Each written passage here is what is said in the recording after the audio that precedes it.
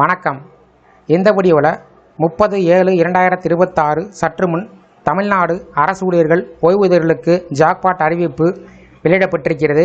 இந்த அறிவிப்பை யார் வெளியிட்டிருக்காங்க, இதன் மூலமாக அரசு ஊழியர்கள் மற்றும் ஓய்வூதியர்கள் எந்த வகையில் பயன்பெற முடியும் என்பது குறித்து முழு விவரத்தை பார்க்கலாம். இந்த வீடியோவை தொடர்ந்து பார்க்குறதுக்கு முன்னாடி நம்ம சேனலை இதுவரைக்கும் சப்ஸ்கிரைப் பண்ணாதவங்க சப்ஸ்கிரைப் பண்ணிக்கோங்க.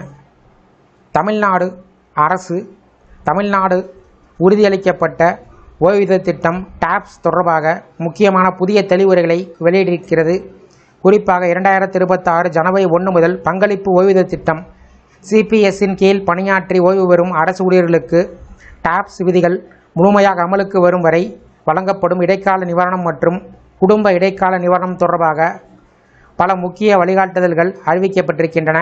இந்த தெளிவுரைகள் ஓய்வூதியர்கள் மற்றும் அவர்களது குடும்பத்தினரிடம் நீண்ட நாட்களாக இருந்த சந்தேகங்களுக்கு விளக்கம் அளிக்கும் வகையில் வெளியிடப்பட்டுள்ளன.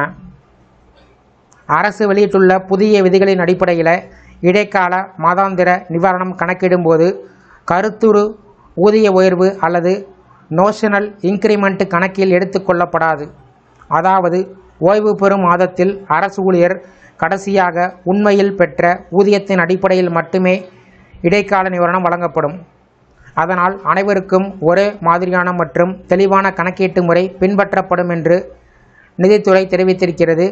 மேலும் இடைக்கால நிவாரணத் தொகை மற்றும் அதற்கான அகவிலைப்படி நிவாரணம் ஆகியவை தனித்தனி கணக்கு தலைப்புகளில் பதிவு செய்யப்படாமல் ஒரே ஒருங்கிணைந்த கணக்கு தலைப்பின் கீழ் வழங்கப்படும். இருப்பினும் களஞ்சியம் இணையதளத்தின் MIS அறிக்கையில் இந்த இரண்டு தொகைகளும் தனித்தனியாக தெளிவாக காண்பிக்கப்படும் வகையில் கருவூல கணக்குத்துறை நடவடிக்கை எடுக்க உள்ளது. இதன் மூலம் கணக்குகளில் வெளிப்படைத்தன்மை உறுதி செய்யப்படும் என்று அரசு கூறியிருக்கிறது. ஓய்வூதியதாரர் ஒரு மாதத்திற்கான முழு இடைக்கால நிவாரணத்தை பெற்ற பிறகு மரணமடைந்தால் அவர் உயிரிழந்த நாளுக்கு அடுத்த நாள் முதல் கணக்கிடப்படும் கூடுதல் தொகை தகுதியுள்ள குடும்ப உறுப்பினருக்கு வழங்கப்படும் குடும்ப இடைக்கால நிவாரணத்தில் சரி செய்யப்படும். குடும்பத்தில் உரிமை கோர யாரும் இல்லாத சூழ்நிலையில் அந்த உபரி தொகை குறித்து காலாண்டு அடிப்படையில் அரசுக்கு அறிக்கை சமர்ப்பிக்கப்படும். இதன் மூலம் தேவையற்ற நிதி குழப்பங்கள் தவிர்க்கப்படும் என்று அரசு விளக்கியிருக்கிறது. அதேபோல இடைக்கால நிவாரணம் மற்றும் குடும்ப இடைக்கால நிவாரணத் தொகைகளுக்கு வருமான வரி சட்ட விதிகளின்படி தேவையான இடங்களில் மூலத்திலேயே வருமான வரி TDS பிடித்தம் செய்யப்படும் என்று அறிவிக்கப்பட்டிருக்கிறது. மேலும் 2026 ஜனவரி 1 அல்லது அதற்கு பிறகு ஓய்வு பெற்ற ஒருவர் இடைக்கால நிவாரண தேர்வு செய்வதற்கான விருப்பத்தை பதிவு செய்வதற்கு முன்பே உயிரிழந்தால் அந்த விருப்பத்தை அவருடைய தகுதியுள்ள குடும்ப உறுப்பினர்கள் பயன்படுத்தலாம். அவர்கள் குடும்ப இடைக்கால நிவாரணத்தை தேர்வு செய்யலாம் அல்லது திட்டத்திலிருந்து விலகும் ஆப்ட் அவுட் வாய்ப்பையும் பயன்படுத்தலாம் என்று அரசு தெளிவுபடுத்தியிருக்கிறது.